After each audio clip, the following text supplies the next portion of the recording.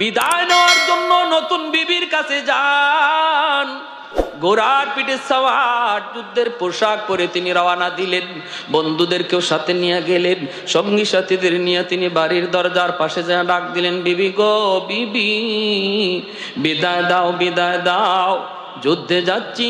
মায়ার নবী আজকের যুদ্ধে আমাকে 3 নম্বর সেনাপতি ঘোষণা করেছেন। ও বিবি, আমি তোমার হক আদায় করতে পারলাম না, আমি তোমার হক আদায় করতে পারলাম না, এজন্য তুমি আমাকে কোনো দায়ী করো না। কিয়ামতের ময়দানে আল্লাহর তুই জান্নাতে দেখা হবে। এই বইলা বিবির কাছ থেকে তিনি বিদায় নেন। দরজা বন্ধ। আন্দর থেকে বিবি ডাক দেয়া কই, স্বামী গো, একটা বারের জন্য আপনি ঘরের ভিতরে আসুন, আমি প্রাণ ভরে শুধু আপনার চেহারাখানা এক নজর দেখব, যেন হাসরের মাঠে আমার স্বামীকে দেখলে আমি স্ত্রী যেন স্বামীকে চিনতে পারি। এক নজর শুধু চেহারাটা দেখবো গো স্বামী। জিহাদে যাইতেছো, যাও, বাধা নাই, আমাকে একটা বারের জন্য চেহারাটা দেখার সুযোগ দাও, সুযোগ দাও। আব্দুল্লাহ ইবনে রাওয়াহা তখন আওয়াজ দেয়, কই না গো বিবি, আমি ভিতরে ঢুকবো না, আমার চেহারা তোমাকে দেখাবো না, আমিও তোমার চেহারা দেখবো না, কারণ আমি শুনেছি তুমি আরবের অনেক সুন্দরী নারী, অনেক সুন্দরী তুমি। আমি যদি তোমার চেহারা দেখি, মায়াবী চেহারা, হয়তো জিহাদের ময়দানে আমার মনে পড়ে যেতে পারে। যদি তোমার চেহারা জিহাদের ময়দানে আমার মনে পড়ে, জিহাদ করতে আমার ব্যাঘাত ঘটবে। না গো বিবি, না, দেখলাম না, চিনলাম না, আল্লাহর তৈরি জান্নাতে আল্লাহ তোমার আমার পরিচয় আল্লাহ করায়া দিবে। এ আমার মা বোনেরা, খেয়াল করে শোনো গো মা, একটা বারের জন্য দরজা খুইলা তিনি ঘরের বাইরে আসতে পারতেন স্বামীকে এক নজর দেখার জন্য। একজন স্ত্রী, নতুন বউ, তার মনের ভিতরে কি পরিমাণ তামান্না ছিল, স্বামীর চেহারাটা এক নজরে তিনি দেখবে, স্বামীকে শুধু পরিচয় পাওয়ার জন্য। মনের ভিতরে কত আকাঙ্ক্ষা, কত আকাঙ্ক্ষা। এরপরও মনের সমস্ত চাহাতকে তিনি দাবায় রাখলেন। কেন? কারণ বের হলে পর্দা লঙ্ঘন হবে। স্বামীর সাথে অনেক পরপুরুষ রয়েছে, বের হলেই পর্দা লঙ্ঘন হবে। আল্লাহর বিধান পর্দাকে এত গুরুত্ব দিলেন, আল্লাহর বিধান পর্দাটাকে এত মানলেন, মনের এত চাহাত থাকার পরও তিনি বের হলেন না বাইরে। এজন্য বলতেছি, যেই সকল মহিলারা দুনিয়াতে এমন পর্দা মাইনা চলবা গো মা, কিয়ামতের ময়দানে আব্দুল্লাহ ইবনে রাওয়াহার বিবি আর খাতুনে জান্নাত ফাতেমা রাদিয়াল্লাহু তাআলা আনহার সাথে আল্লাহ দুনিয়ার পর্দানিশীন নারীদের আল্লাহ জান্নাত দান করবে। ভাইরা বন্ধুরা, এজন্য বলতেছিলাম, ইনি বিদায় নিলেন। বিদায় নিয়ে যুদ্ধের ময়দানে চলে গেলেন। যুদ্ধ শুরু হয়ে গেল। দুশ্মন কয় লাখ মনে আছে আপনাদের? কয় লাখ? দুশ্মন হলো 2 লাখ, মুসলমান মাত্র কয় হাজার? মাত্র কয় হাজার? মাত্র 3000। যুদ্ধ শুরু হয়ে গেল। বলুন তো, মুসলমান যুদ্ধ করে শক্তি, মুসলমান যুদ্ধ করে অস্ত্র বলের উপরে না আল্লাহর সাহায্যে? মুসলমান যুদ্ধ করে শক্তি বলের উপরে না আল্লাহর সাহায্যে? ওয়ালা তাকিনু ওয়ালা তাহজানু ওয়া আনতুমুল আলাউনা ইন কুনতুম মুমিনিন। আল্লাহ পাক রব্বুল আলামিন কয়, ভয় নাই, টেনশন নাই, বিজয় তোমাদেরই হবে। সংখ্যায় যদি তোমরা কম হও, অস্ত্র যদি তোমাদের কম হয়, বিজয় তোমাদেরই হবে যদি তোমরা খাঁটি মুমিন হতে পারো। খাঁটি মুমিন কাকে বলে? যে সর্বদা আল্লাহর উপর ভরসা করে। কার উপর? জোরে বলেন, কার উপর? খাঁটি মুমিন কাকে বলে? খাঁটি মুমিন বলে যে আল্লাহর উপর ভরসা করে। কার উপর? ওমাইয়া তাওয়াক্কাল আলাল্লাহ ফাহুয়া হাসবুহ। তাওয়াক্কুল করব কার উপর? আল্লাহ বলে, বান্দা তুমি আমার উপর যেই পরিমাণ ভরসা করবা, আমি আল্লাহ তোমার সাথে ওই রকম লেনদেন করব। ভরসা করব আমরা আল্লাহর উপর 100-100, আল্লাহ 100-100ই লেনদেন আমার সাথে করবে। আমাদের ভরসা তো আল্লাহর উপরে 100-100 নাই, কেউ 10%, কেউ 20%, কেউ 50%, অর্ধেকের উপরেই নাই। কেউ আমরা অর্ধেক আল্লাহর উপরে ভরসা করি, অর্ধেক দোকানের উপরে, অর্ধেক চাকরির উপরে, অর্ধেক মেম্বারের উপরে, অর্ধেক চেয়ারম্যানের উপরে, অর্ধেক নেতার উপরে। এই ভরসা নিয়ে আমরা চলি বিধায় আল্লাহ পাক আমাদের সাথে লেনদেনও এরকমই করে। আল্লাহ পাকের আচরণটা এমনই হয়। ডাকাতের দল বের হয়েছে, ডাকাত সর্দার তাকায় দেখে, হায় হায়, ঘটনা কি? একটা খেজুরের পাকা খেজুর গাছ থেকে একটা কাক পাকা খেজুর টুটে নিয়া একটা মরা খেজুর গাছে নিয়ে খেজুরটা রাখি আবার চলে আসে। আইসা আরেকটা খেজুর মুখে নিয়ে আবার মরা খেজুরটার কাছে যায়, যাইয়া আসে আবার এখানে নিয়ে আনে রাখে। ডাকাত সর্দার কয়, ঘটনা কি? এর তো বোঝা দরকার আছে আমার। ডাকাত সর্দার খেজুর গাছে ভাইয়া ভাইয়া উঠলো, ওইটা দেখে আল্লাহু আকবার, একটা অন্ধ সাপ, একটা অন্ধ সাপ, চোখে দেখে না। এই সাপটা এখানের মধ্যে বসা, এই সাপ অন্ধ তো, বের হইয়া রিজিক কেমনে তালাশ করবে? চোখে তো দেখে না। এজন্য আল্লাহ একটা কাককে নিযুক্ত করেছেন। এই কাক পাকা খেজুর আইনা আইনা সাপের মুখে দিতেছে। সুবহানাল্লাহ। আল্লাহর নাম রাজ্জাক, ঠিক কিনা? আমাদের কেমন বিশ্বাস? সাপটা পুরাপুরি আল্লাহর উপর তাওয়াক্কুল করছে, আল্লাহ তুমি ছাড়া আমার কেউ নাই, আমারে তো আর খাওয়ানোর কেউ নাই। আল্লাহ কয়, তুই আমার উপরে যেরকম ভরসা করছো আমি এরকম ব্যবহার করতেছি। সাথে সাথে ডাকাত সর্দার এই গাছ থেকে নামলো, নামে ডাকাত সব দেখে ডাকলো, ডাক্কা বলতেছে, শোনো, একটা মরা একটা অন্ধ সাপকে যদি আল্লাহ পাক কাকরে তার খাদিম বানায়া খাওয়ানোর ব্যবস্থা করতে পারে, আমরা তো আশরাফুল মাখলুকাত, সৃষ্টির শ্রেষ্ঠ জীব, আমরা রিজিকের জন্য কেন হারাম পথে ঘুরবো? আমরা আমাদের রিজিকের জন্য কেন হারাম পথে হাঁটবো? আজকে থেকে তওবা করলাম, আর ডাকাতি করব না। ওই যুগের তারা সমস্ত ডাকাত, ওই যুগের সবাই আল্লাহর ওলি হয়ে গেছে, আল্লাহর ওলি হয়ে গেছে। আর আজকে আমাদের বিশ্বাস, হায় রে, আমি এই চিটারিটা না করলে চলবে না আমার সংসার, এই বাটপারিটা না করলে আমার সংসার চলবে না। আল্লাহ কইতে, তোরে বাটপারি করাই তোরে কবর পর্যন্ত নেওয়াইমু, ঠিক না? আমরা এরকম মনে করতেছি এই ব্যবসার মধ্যে মিথ্যা কথা না বললে আমার লাভ হবে না। আল্লাহ বলে, তাহলে তোর জীবনে মিথ্যা কথাই তার শেষ পর্যন্ত চলবে। আর তুই যদি এটা বলতে যে না, আমি সত্য কথা কইয়া ব্যবসা করবো, রিজিকের মালিক কে? আল্লাহ বলতেন, বান্দা তোরে সত্যের উপরে রাইখে আমি আল্লাহ কবরে নিব, রিজিকের ব্যবস্থাও আমি আল্লাহই করব। ওয়া মান ইয়াতাওয়াক্কাল আলাল্লাহ ফাহুয়া হাসবু। এজন্য পুরাপুরি 100% ইয়াকিন কার উপরে রাখবো? আওয়াজ দিয়া বলেন, কার উপর? যুদ্ধ শুরু হয়ে গেল। দুশমন 2 লক্ষ, মুসলমান মাত্র 3000। সেনাপতি 3 জনের নাম ঘোষণা করা হয়েছে, আর 4th নম্বর সেনাপতির নাম নবী ঘোষণা করেন নাই। তবে আল্লাহর নবী বলছেন, 4th সেনাপতি আল্লাহর তলোয়ারের ভিতর থেকে একজন হবে, যার হাতে আল্লাহ এই ঐতিহাসিক বিজয় দান করবে। 4th সেনাপতির হাতে নবী বলেছেন বিজয় আসবে, মুতার যুদ্ধের, ঐতিহাসিক মুতার যুদ্ধের। আমার ভাইয়েরা, বন্ধুরা, প্রথম সেনাপতি যায়েদ ইবনে হারেসা, নবীজির পালক পুত্র, ঠিক না? আমার আপনার নবীর ছেলে সন্তান কেউ তো বেঁচে নাই, সবাই তো অল্প বয়সী শিশুকালে মারা গেছেন। 3 জন ছেলে সন্তানের 3 জন শিশুকালেই মারা গেলেন। এরপরে আল্লাহ নবীর একজন পালক পুত্র ছিলেন যায়েদ ইবনে হারেসা। কে সেই যায়েদ ইবনে হারেসা? ইয়ামেন যার বাড়ি, ইয়ামেন হলো যায়েদ ইবনে হারেসার বাড়ি রে। এই ইয়ামেন থাকা অবস্থায় 10 বছরের বালক যায়েদ একদিন মায়ের সাথে তিনি নানার বাড়িতে বেড়াইতে যাচ্ছেন। রাস্তার মধ্যে ডাকাতের হাতে তিনি অপহরণ হয়ে গেলেন। অপহরণ করে ডাকাতের দল তাকে নিয়ে আসলো মক্কার উকাজ নামক বাজারে। এই বাজারে তারা বিক্রি করবে। কে কিনবে? যায়েদ ইবনে হারেসাকে। অনেক চড়া দাম ডাকাতের দল চাইতে লাগলো। ওই সময়ে মক্কার ধনী মহিলাদের ভিতরে একজন ছিলেন আম্মা জান খাদিজাতুল কুবরা রাদিয়াল্লাহু তাআলা আনহা। তিনি ছিলেন মক্কার ধনী মহিলাদের ভিতর থেকে একজন। সম্পদের অভাব নাই, চতুর্দিকে তার ব্যবসা বাণিজ্য ছড়ায় ছিটায় ছিল। আম্মা জান খাদিজাতুল কুবরা তখনও মুসলমান হন নাই, আমার নবীর সাথে বিবাহ বন্ধনে আবদ্ধ হন নাই। খবর পেলেন মক্কার উকাজ নামক বাজারে একটা বালককে তোলা হয়েছে, গোলাম বানায় বিক্রি করবে। আম্মাদান খাদিজাতুল কুবরা রাদিয়াল্লাহু তাআলা আনহা তিনি বাজারে চলে গেলেন, যায় তিনি ডাকাতদের কাছে বলেন, টাকা কত লাগবে তোরা নি, তবুও বালকটারে আমার কাছে দিয়া দে।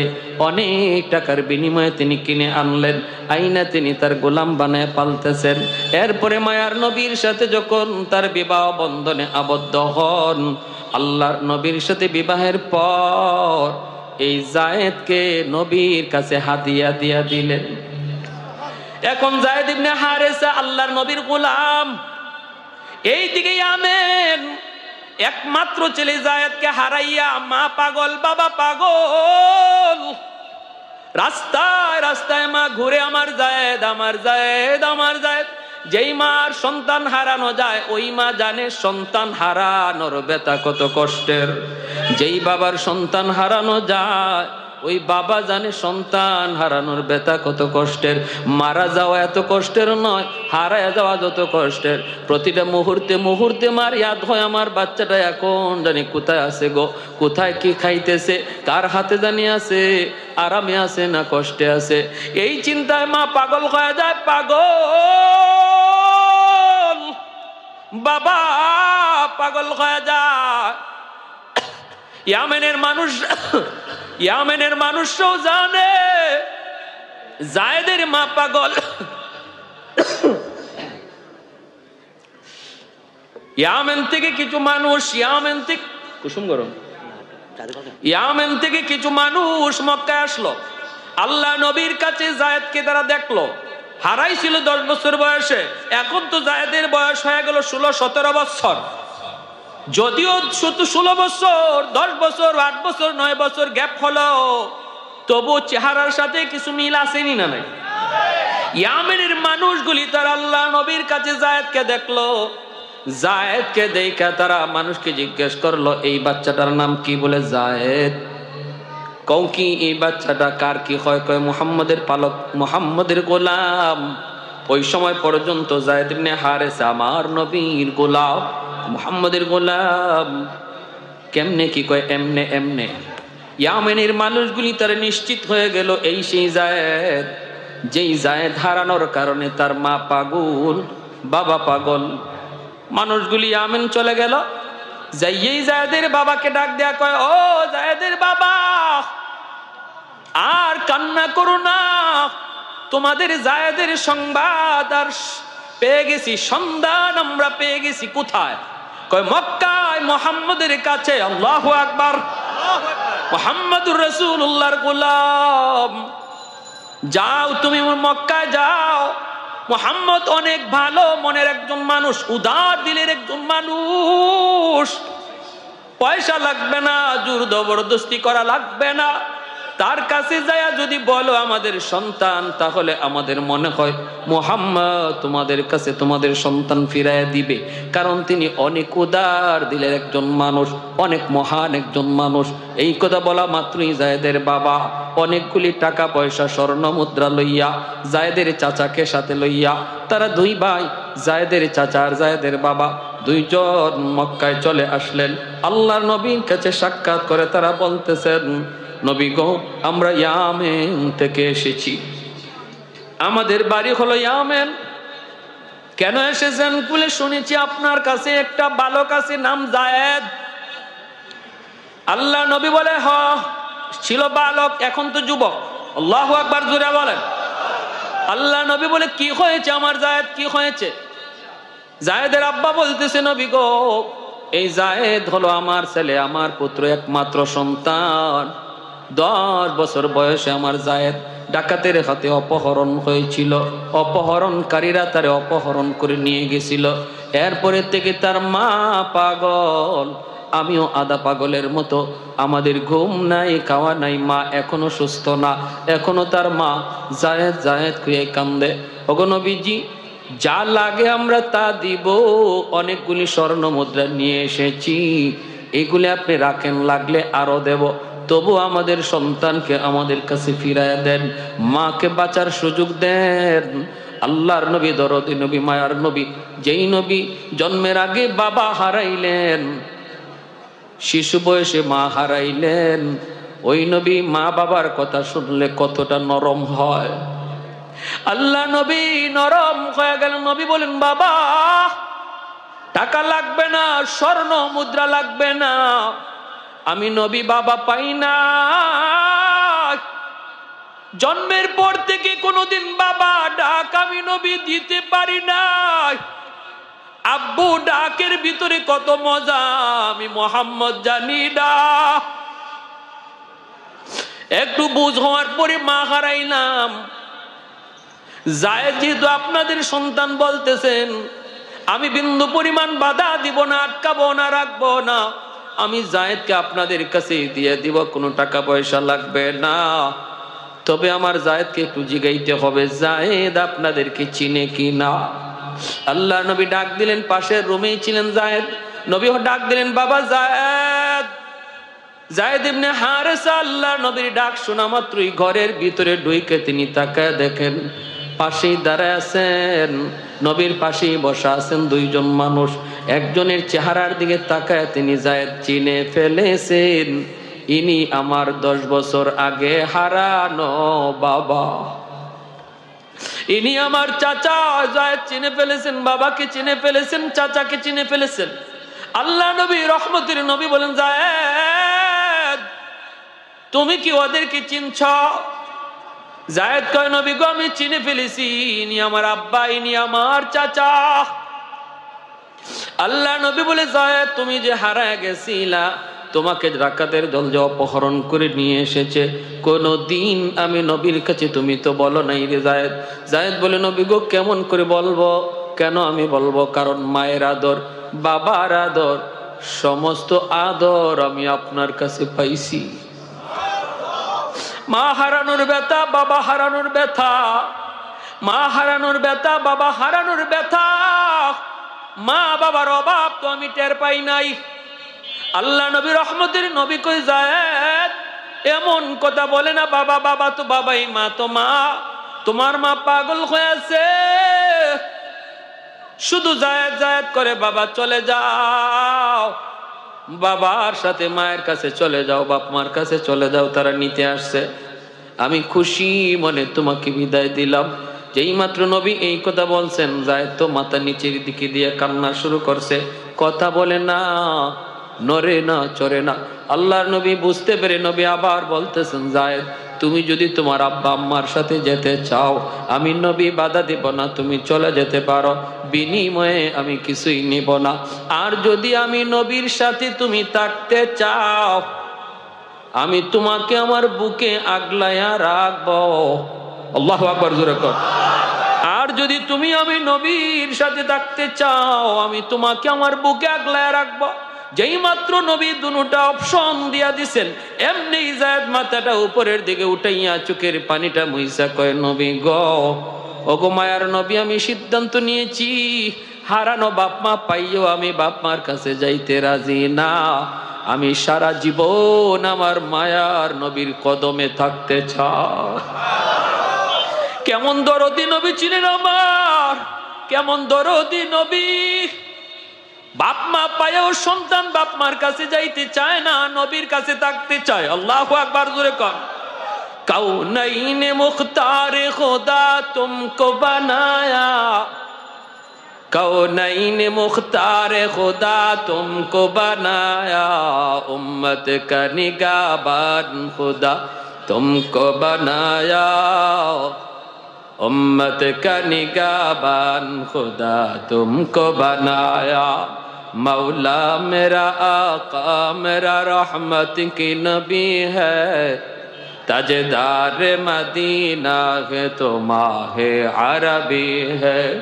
अशजार ने देते हैं नबूवत के शहादात, तशकीक कमर में है तो अंगुल की इशारात। अल्लाहु अकबर, जोरे बोली अल्लाहु अकबर। একটু জবান খুলে জিকির করি, লা ইলাহা ইল্লাল্লাহ, লা ইলাহা ইল্লাল্লাহ, লা ইলাহা ইল্লাল্লাহ।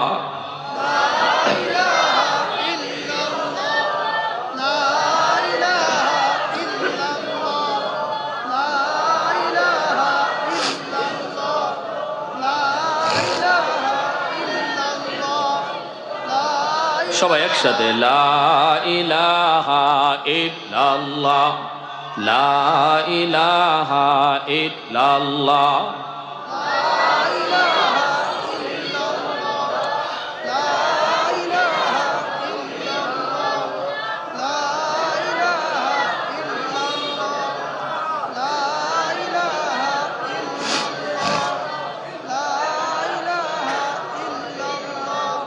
আল্লাহু রাব্বুনা মুহাম্মদ নবিয়ুনা, আল্লাহু রাব্বুনা মুহাম্মদ নবিয়ুনা, নাহনু নুতিউহুমা, নাহনু নুতিউহুমা, নাহনু কুল্লুন হিজবুল্লাহ, লা ইলাহা ইল্লাল্লাহ ওয়াতাসিম বিহাবলিল্লাহ, মুজাহিদ ফি দীনিল্লাহ, লা ইলাহা ইল্লাল্লাহ, লা ইলাহা ইল্লাল্লাহ, লা ইলাহা ইল্লাল্লাহ, লা ইলাহা ইল্লাল্লাহ। সবাই সবাই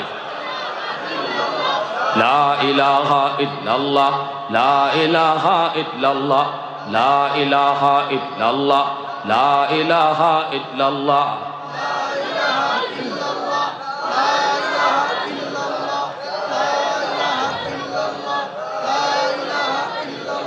نقيم في دين الله، لا إله إلا الله واعتصم بحبل الله، مجاهد في دين الله، لا نخاف أمريكا ولا نخاف روسيا بل نخاف إلا الله، لا إله إلا الله، لا إله إلا الله، لا إله إلا الله، لا إله إلا الله، لا إله إلا الله।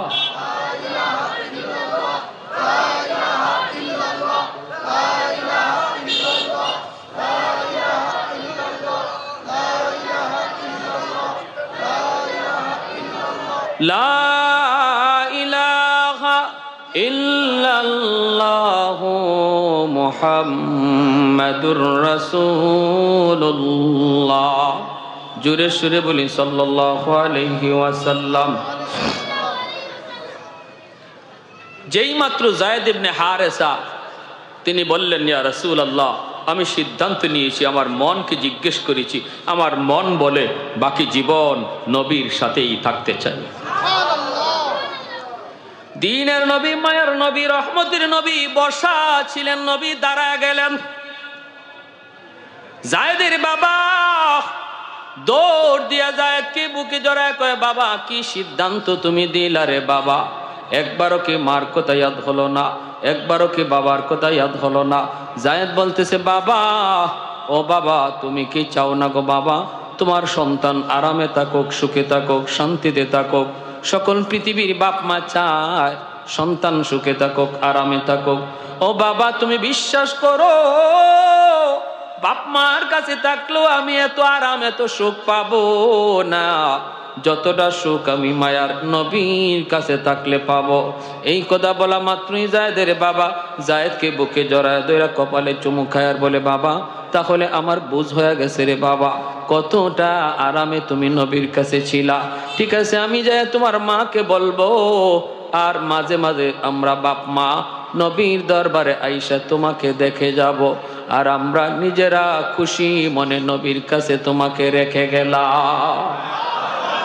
আমরা মা, আমরা বাবা মাঝে মাঝে আইসা তোমারে দেখবো, তুমি নবীর কাছে থাকো। সেই যায়েদ আল্লাহর নবী উইঠেই বুকে লইয়া নবী বুকের মধ্যে জড়ায় ধরে একটা দৌড় দিয়া নবী ঘর থেকে বের হয়ে গেছেন। বের হয়ে এক দৌড়ে সাফা পাহাড়ের উপরে গিয়ে উঠলেন। সাফা পাহাড়ের উপরে উঠে আল্লাহ নবী এলান করেন, এ মক্কার মানুষেরা শোনো, এতদিন পর্যন্ত তোমরা জানতা যায়েদ মুহাম্মদের গোলাম, আজ তোমরা জেনে রাখো,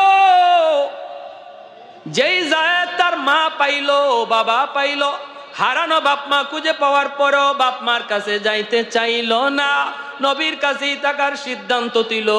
আজ থেকে ওই যায়েদ আর মুহাম্মদের গোলাম নয়, আজ থেকে যায়েদ হলো মুহাম্মদের পালক পুত্র।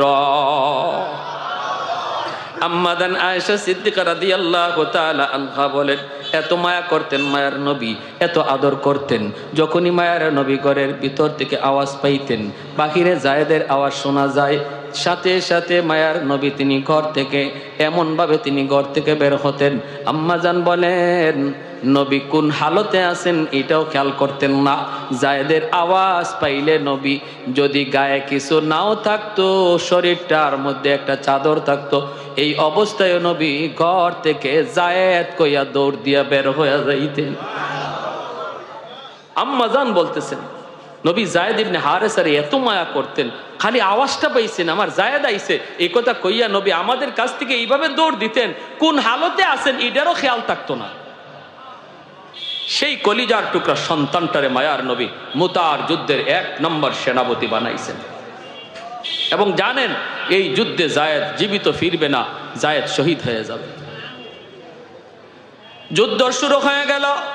প্রথম সেনাপতি জায়েদ ইবনে হারেসা, মনে আছে? মনে আছে? মুসলমান যুদ্ধ করে শক্তি বলের উপরে না আল্লাহর সাহায্যের উপর? অস্ত্রের উপরে না আল্লাহর সাহায্যের উপর? আমরা তো আমাদের মূল অস্ত্রের কথা ভুলে গেছি, আসল অস্ত্র ভুলে গেছি। নকলিয়া টানাটানি, উম্মতে মুহাম্মদী নকলিয়া টানাটানি। অস্ত্র সংগ্রহ করো, কিন্তু মূল অস্ত্র আমাদের এই আসবাব নয়, মূল অস্ত্র হলো আল্লাহর সাহায্য, আল্লাহকে খুশি করা। আল্লাহ যদি আমাদের উপর খুশি থাকে তাহলে দুশ্মনের হাতে থাকবে 147, আমাদের হাতে থাকবে ইটের টুকরা, ইটের টুকরা। ঠিক কিনা জোরে কন? আল্লাহ যদি আমাদের উপর খুশি থাকে, ওদের হাতে থাকবে অত্যাধুনিক অস্ত্র, আমাদের হাতে থাকবে মাটির চাকা। আল্লাহ এই মাটির টুকরাকে অ্যাটম বোমা বানায় দেবেন। ঠিক কিনা জোরে কন? এটা আল্লাহ পারে না? বদরের যুদ্ধে মাত্র 313 জন সাহাবী, 8টা তলোয়ার, বাকিদের হাতে খেজুরের ডাল। এই খেজুরের ডালকে আল্লাহ তলোয়ার বানায় দিচ্ছেন। যে যে দিক দিয়ে খেজুরের ডাল দিয়ে আঘাত করছে, তলোয়ারে যা না করে ডালে এর চেয়ে বেশি করছে। আবু জাহেলরে যে 2 বাচ্চায় খেজুরের ডাল দিয়ে গুতা দিছে, এই খেজুরের ডাল আবু জাহেলের বডি ছিদ্র ওইয়া মাটির ভিতরে গিয়ে ঢুকছে। কি বুঝলেন? হ্যাঁ, তাহলে বোঝা গেল আমরা আমাদের মূল পাওয়ার ভুলে গেছি, আল্লাহকে খুশি করা। আল্লাহ আমাদের উপরে নারাজ, এই মুহূর্তে আমাদের সবচেয়ে বড় করণীয় হলো আল্লাহকে খুশি করা। যদি আল্লাহকে খুশি করতে পারি তাহলে আমাদের অস্ত্র কি পরিমাণ আছে এটা দেখা লাগবে না। আমরা ময়দানে দাঁড়ায় থাকবো, শুধু দাঁড়ায় থাকবো, মূল অ্যাকশনে যাবেন আল্লাহ নিজে। আল্লাহ তার নবীকে বলতেছেন, বন্ধু তুমি মারছো না, আমি আল্লাহ মারছি। আল্লাহ বলতেছেন আমার আপনার নবীরে, বন্ধু বদরে তুমি মারছো না তো, মারছি তো আমি আল্লাহ, তোমারে সামনে সাইনবোর্ড বানায় রাখছি। এজন্য যতগুলা বন্দী হয়েছে 70 জন মার্কা মারা কাফির বদরে নিহত 70 জন বন্দী যারা বন্দী হয়েছে, এরা প্রত্যেকেই এরকম জবানবন্দি দিছে। জবানবন্দি দিয়ে কয় তোমরা আমার আর বন্দী করো নাই তো, বন্দী করছে কেডা? কয় ভাই কি যুদ্ধ করব, খালি রওনা দিছি তোমাকে একজনের উপরে হামলা করব, হঠাৎ করে দিকে আসমান থেকে ঘোড়ার উপরে সোয়ার হইয়া সাদা পোশাক সাদা জুব্বা তলোয়ার লইয়া আমার ঘোড়ার সামনে খাড়াইয়া আমার গাড়ের মধ্যে ধরছে। কয় তলোয়ারটা ফালাই দে, নাইলে একবার আলাদা করে ফেলবো। কয় খালি রেডি হইছি তীর মারবো, এমনি দিকে আমার পিছনে কে গোতা মারা। কয় পিছনে চাইলাম, দেখি সাদা পোশাক সাদা জুব্বা।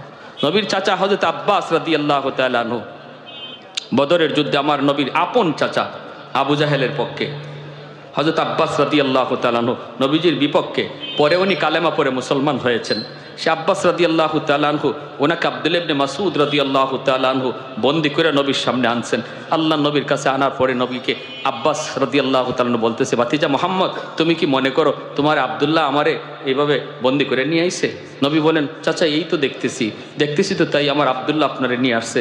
এমনি নবীর চাচা আব্বাস বলেন, ভাতিজা তোমার চাচারে ভুলে গেছো, তোমার সাহাবী এমন আব্দুল্লাহ 10 জনও তো তোমার চাচারে তোমার কাছে বন্দী করে আনার মতো না। আল্লাহ নবী বলতেছে, চাচা আমারও তো এমনটাই মনে হইতেছে, আব্দুল্লাহ আপনারে কেমনে ক্যাপচার করলো? এমনি হযরত আব্বাস রাদিয়াল্লাহু তাআলা বলে, ভাতিজা আব্দুল্লাহ না, ওই মানুষটা কই, একটু আগে যে এখানে বসা ছিল আমি তার দিকে তাকাইতেছিলাম, সে কোথায় গেল? আল্লাহ নবী বলে, চাচা ইনি তো মানুষ না, ইনি জিব্রাইল আমিন। হযরত আব্বাস রাদিয়াল্লাহু আনহু বলে, ভাতিজা ইনি আমাকে গ্রেফতার করেছেন, আমি দেখেছি কে আমাকে গ্রেফতার করেছে। শু ছিল তোমার সাহাবী আব্দুল্লাহ। আল্লাহু আকবার, জোরে কোন। আমরা সেই জাতি, ঠিক কিনা জোরে বলেন। আমরা সেই জাতি, আমরা সেই ইতিহাস ভুলে গেছি। সেই ইতিহাস ভুলে যাওয়ার কারণে আমাদের কপালে এত দুর্গতি। এদিকে একজনে লাথি মারে, এদিক থেকে আরেকজনে লাথি মারে, আর আমরা ফুটবল হইয়া নাচতেছি। নাচাইতেছে, আমাদেরকে নাচাইতেছে, তো নাচাইতেছে। আর্জেন্টিনা আর ব্রাজিল দিয়ে একবার নাচাইয়া গেছে না। যখন আমরা আর্জেন্টিনা ব্রাজিল নিয়ে নাচি, তখন ফিলিস্তিনের জমিনে আমার মুসলমান ভাই বোনের রক্ত ঝরে। ফিলিস্তিনের জমিনে তখন রক্ত ঝরে। আমি আপনি খেলা দেখি, ইসরায়েলি হায়েনারা খেলা দেখে না, মুসলমানের ঘরে ঢুকে ঢুকে হত্যা করে।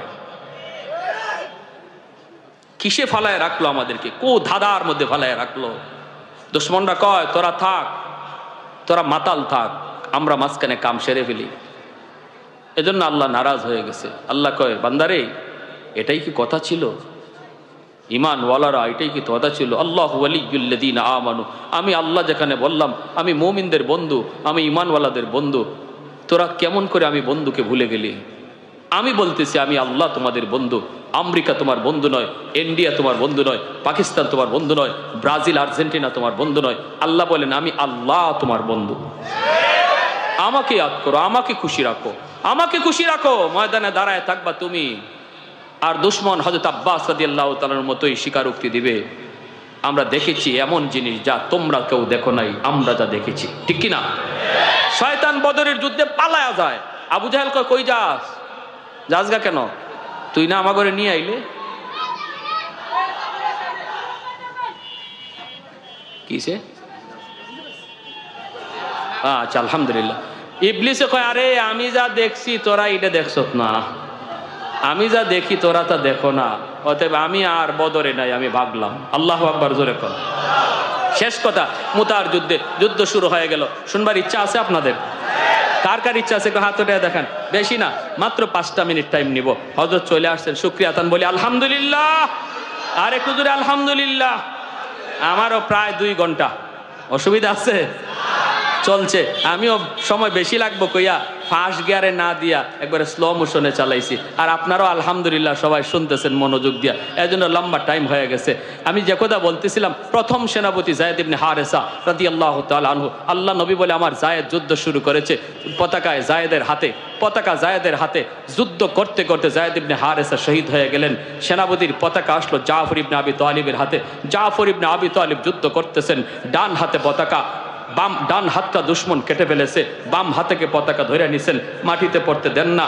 বাম হাতটাও দুশ্মন কেটে ফেলেছে, কামড় দিয়ে পতাকাটা ধরে রাখছেন, মাটিতে পড়তে দেন না। আল্লাহর নবী মসজিদে নববীর মধ্যে টিভির পর্দার মতো নবীর সামনে যুদ্ধের হালচাল। জিব্রাইল